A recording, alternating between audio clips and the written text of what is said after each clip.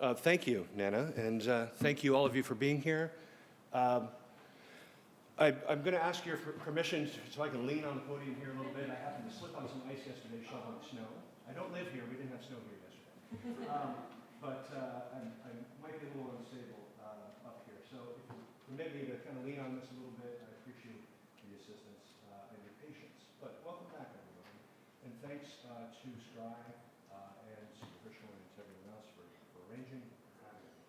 As you see here, I'm the International Cultural Heritage Protection Program Manager. I joke that because I don't have a PhD, I get one of the longest titles at the Smithsonian. But what that means is that for the last now 11 years, I have been working on... Get you on the mic, please. You need to get on the mic. Okay, terribly sorry. Let's see. Is that better? Good back there? Levels okay? Okay, thank you. So what that means is that I have a broad mission here at the Smithsonian that talks about sustainability and cultural heritage training for heritage specialists around the world. I'm going to talk about what I've been doing for the last 11 years, which is in Iraq. So I was asked to reflect a little bit on the decade plus that we've spent working in Iraq and teaching and training, working with Iraqi colleagues, and come up with some, what worked, what didn't, what's next kind of things. I can't get there, though, without explaining to you the work that we've been doing. I'm going to cover very, very basically kind of the outline of the Iraqi Institute, why it exists, and what some of the challenges are surrounding educating Iraqi heritage professionals in Iraq, kind of why we're there.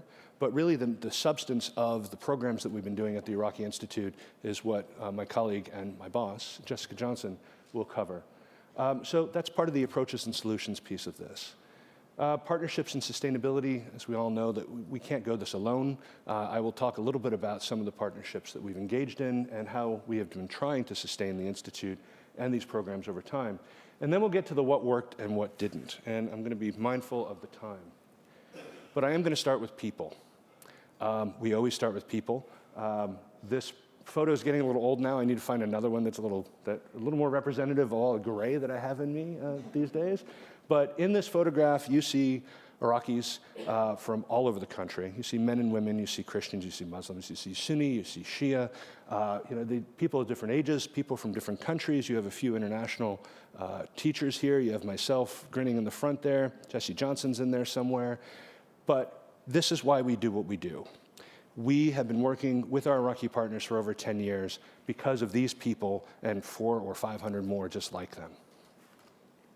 So, how do we get from challenges to those people? Well, okay, what are the challenges to working in Iraq? Everybody automatically thinks it was the Iraq invasion in 2003. Folks like this showing up in Baghdad. Or maybe it was the Iraq invasion in 1991. Or maybe it was the Iran-Iraq war in the 1980s. Everybody keeps going back to conflict, and I understand that. That's an automatic place to go. Because during conflict, bad things happen. We know these photos, we've seen them 100 times. And I promised a few people I wouldn't show sad photos, so I'm going to go quickly through this. Looting in Iraq, 2003.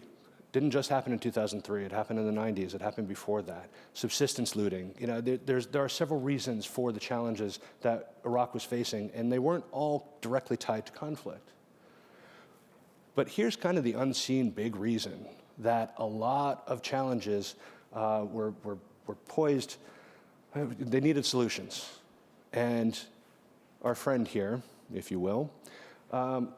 Saddam, ensured that certain people in the country at certain times in certain places did not have access to their international peers, did not have access to state-of-the-art, state-of-the-science solutions for heritage management, for conservation, for preservation. Other sectors as well, and we don't have time to go into those today, but this happened a lot longer before 2003. So with a group of professionals that were cut off from the international community, and those challenges of conflict and war from 2003 to 2000, let's say 8 to 11, et cetera, and then a resurgence of conflict in the region starting in really 2013, 2014, to awful, awful things like this. This is Nimrud, which my colleague Ken Severson will talk at length about, to this at the Mosul Cultural Museum. So, all challenges, right? We understand what the challenges are. How do we solve these problems? How do we get training to the Iraqis? Well, everyone thinks that because there are tanks rolling around in Baghdad at a certain time that it's unsafe to go to the country, and that's not entirely true. We've been going back and forth for over 10 years, and it's been a decade long of response. But the response does not come just one piece at a time. It comes in this larger structure. So as early as 2008, the US Embassy in Baghdad funded the Iraq Cultural Heritage Project, which was, I believe, about a $13 million project with two main focuses. It had about 5 different pieces to it, but 2 main focuses. One was to get the Baghdad National Museum reopened. It was not the only project that did that. There were many, many others. Many nations, many projects, different sources of funding that helped with that. This project also helped with that. And also to establish the Iraqi Institute for the Conservation of Antiquities and Heritage, a title which happens to be longer than my job title, which is good. And then since 2011, that initial program ended. It transferred from being managed by a non-governmental organization to being managed by US universities. And since 2016, the Smithsonian has been the primary partner at the Institute. Okay, so where is the Institute? It's in Erbil. When I went first to Iraq in 2009, nobody knew where Erbil was. Nobody had ever heard of the Kurdistan region, and that has changed. So I'm happy to tell you that I don't have to explain where Erbil is anymore. Unfortunately, Erbil was in the news not so long ago as one of the 2 sites of retaliatory missile strikes by the Iranian government. So it made the news again, and then you think, oh, well, maybe it's not safe to work there. But the important aspect to note is that it's in the north of the country. It is in the Kurdistan region of Iraq, which is a semi-autonomous region within Iraq. It has its own parliament, its own government, and it works with the federal government to manage and maintain heritage sites across the country. But we started in Erbil because we were told to start in Erbil. That was where the Iraq Cultural Heritage Project was going to set up this institute to train Iraqis. So we went to Erbil. It's an easy place to get to. You could go tomorrow and get a 30-day visa in your passport. You know, it's a little different than going to the rest of Iraq. It's also easy to get Iraqis from all over the country to Erbil. In the earliest days of the courses, we used to bring people by taxis, long, long taxi rides. But we would bring them to Erbil, and we'd bring international lecturers from the region and from Europe and the West. So we started out in 2009, and my job when I got there, I thought was going to be to run an academic program and have 2 academic directors that would do all of the heavy lifting of the academic piece of it, and that I would just kind of oversee the overall program. And instead, we had a building gifted to the program by the government, by the Erbil Governor's Office, which is the old central library. So for about the first 8 months that I was there, I turned into a construction foreman, and we renovated a building into a residential facility that can sleep 28 people, has laboratories, has classrooms, has meeting hall space, et cetera. And we opened in March of 2010. When we started, and I will not go into these in any kind of depth because Jesse will talk about them, we had 3 main course focuses, which you see here: archaeology, architecture, and object conservation. And the idea was that we would bring Iraqis from all over the country together. So you might have someone sitting in the room that was from Dohuk, and someone was sitting from Basra, the northwest and southeastern extents of the country, respectively. People that may never have met before, likely never met before, probably hadn't worked before, but all working together for an interest and a love of their shared heritage. I showed some slides of ISIS earlier, and kind of after 2013, 14, 15, we had to change our focus a little bit to be more respectful of the need in the country for training. No longer was it capacity building for Iraqi heritage specialists. We needed emergency response. We needed disaster preparedness. We needed risk assessment. And so we changed the focus of many of the courses that we offer at the Institute to reflect that. We also, in 2017, started on site-specific programs, including Nimrud, which Kent will talk about, and Mosul Cultural Museum, which Jesse will briefly mention.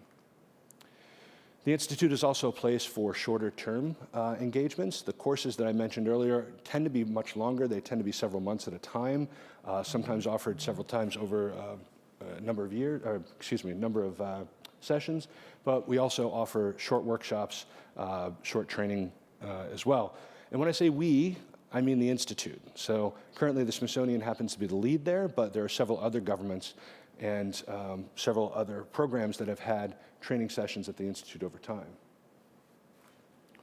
So partnerships, I mentioned partnerships, and we could not do what we do without all the logos on the slide, without the 6 logos that I forgot to put on the slide, without a number of people that have donated privately to the organization, without the just dozens and dozens of people that make this work in Iraq and here in the US and around the world.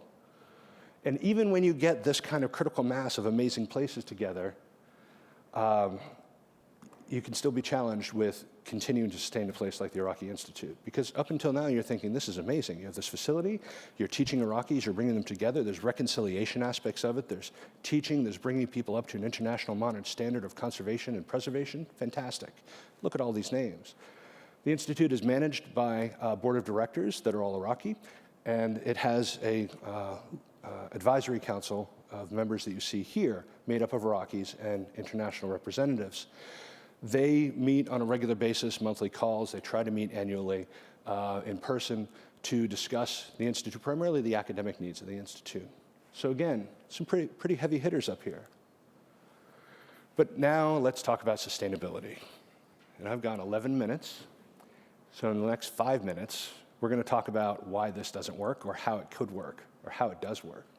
We spent about over $4 million right now for the first 10 years, 9 to 19. And that's only things that are related to the advisory council. That's Smithsonian efforts, that's the NGO that we worked with the first couple of years, et cetera. It doesn't include all these other governments and other US-funded programs. And here's the breakdown for those US programs that we have been directly involved with.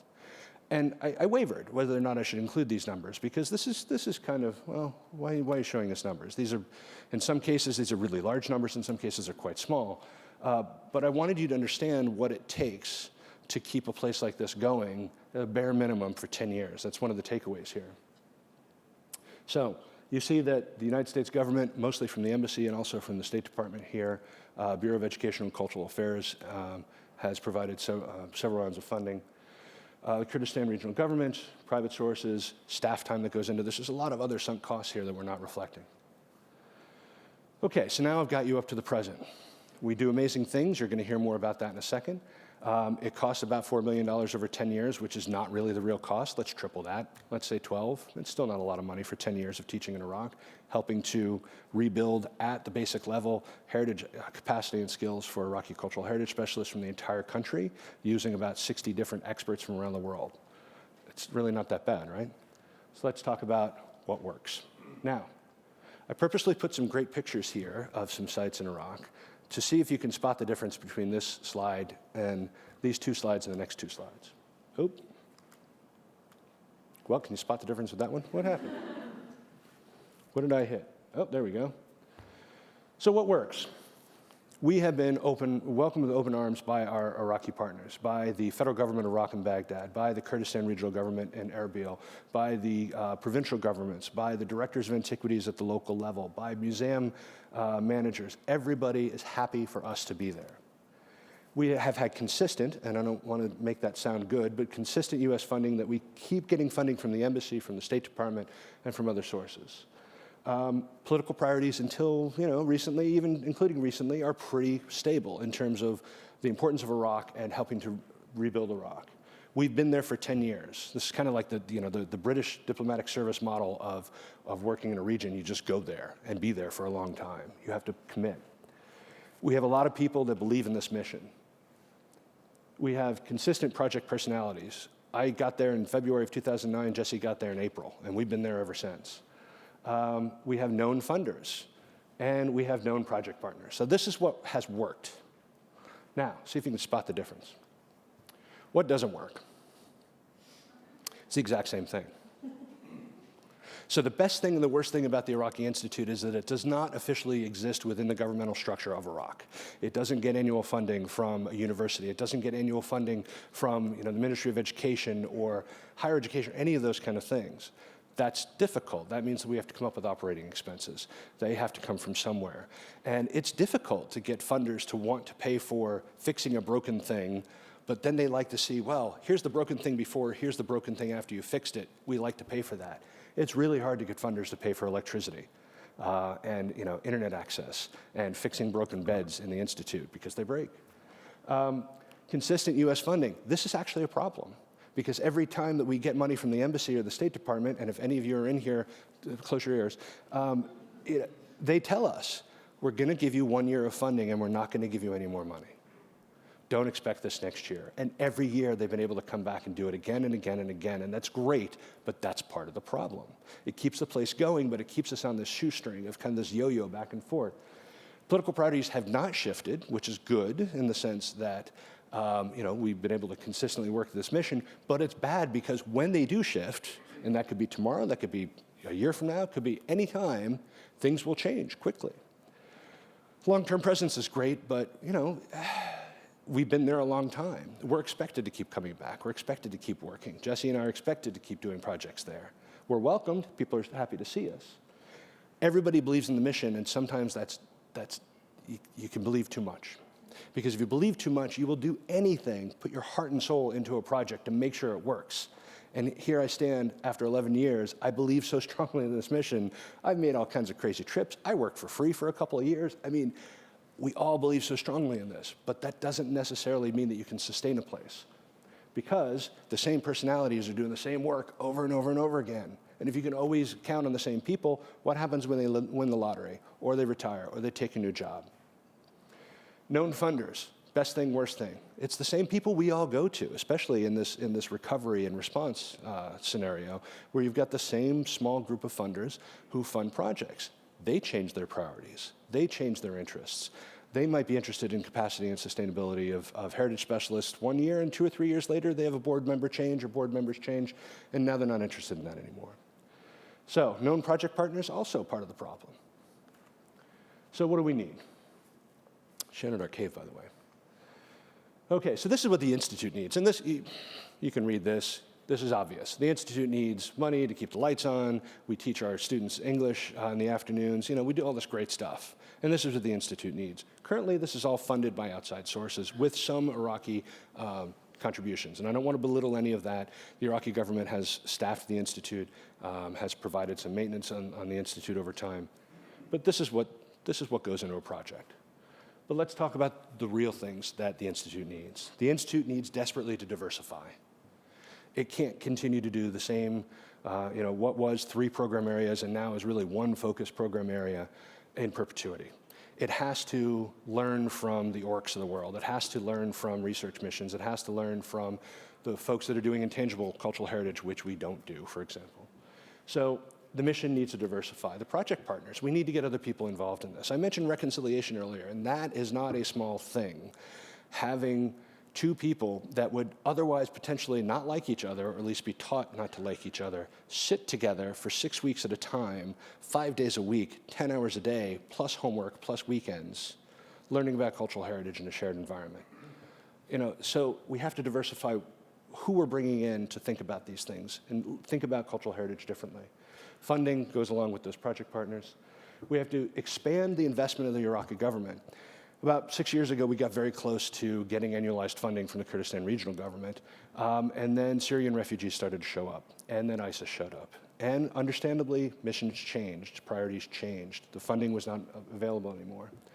Multi-year funding opportunities, we need more opportunities to be able to get money for more than a year at a time. We need something to get past, take this money, but we're never going to give you another dollar again. And we need new opportunities for Iraqi heritage practitioners. We need exchanges. We need Fulbright in both directions. We need opportunities to get people in the research and academic sphere involved in this practitioner sphere as well. And then the big thing.